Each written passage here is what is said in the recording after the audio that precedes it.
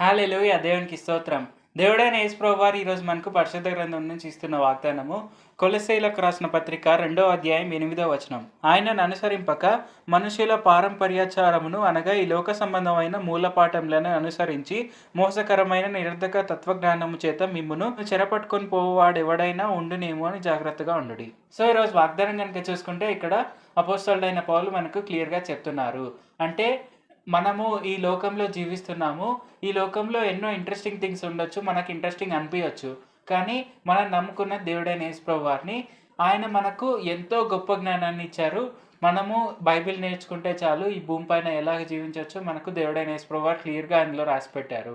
So, మనము ఈ life జీవిస్తున్నాము అంటే ఒక ఎగ్జాంపుల్ గనుక మనం తీసుకుంటే ఒక ఏదైనా మనము టీవీ కొన్నా, లేదంటే ఒక ఫోన్ కొన్నా, ఏదైనా స్మార్ట్ డివైస్ ఏదైనా కొన్నా మనకు ఒక మాన్యువల్ అనేది ఇస్తారు.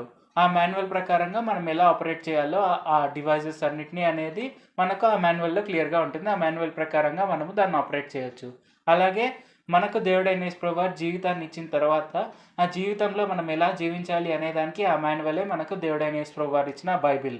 సో, ఆ బైబిల్ మనం చదివి ఆ బైబిల్‌లో ఉండే జ్ఞానాన్ని మనము పాటించాము అంటే మనకు ఎటువంటి ఇబ్బంది లేకుండా ఈ భూమి పైన సంతోషంగా, ఆనందంగా జీవించవచ్చు. కావున మనము ఈ లోకంలో ఈ తత్వజ్ఞానాలు కానీ, లేదంటే ఇంకా ఏ రకమైన ఆహ్, లోక జ్ఞానం కానీ ఇవన్నీ మనకు అవసరమే లేదు.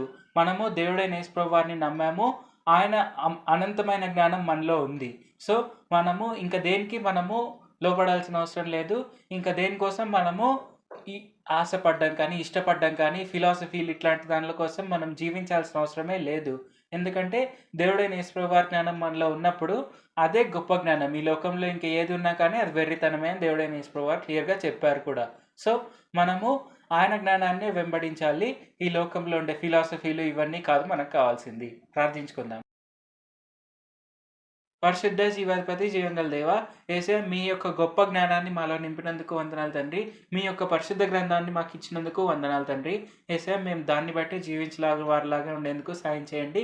అలాగే మేము ఈ లోకంలో ఉండే ఫిలాసఫీలు దీనిల వెంట పడువారి వల్లే ఉండకుండా ఉండేందుకు సాయం చేయండి. సాతాను ట్రాప్స్‌లో పడకుండా మేము మీ యొక్క జ్ఞానంలోనే జీవించే వారి వల్లే ఉండేందుకు సాయం చేయండి. నజరేయుడైన యేసు నామములో ప్రార్థిస్తున్నాం తండ్రి. ఆమేన్. Thank you Jesus.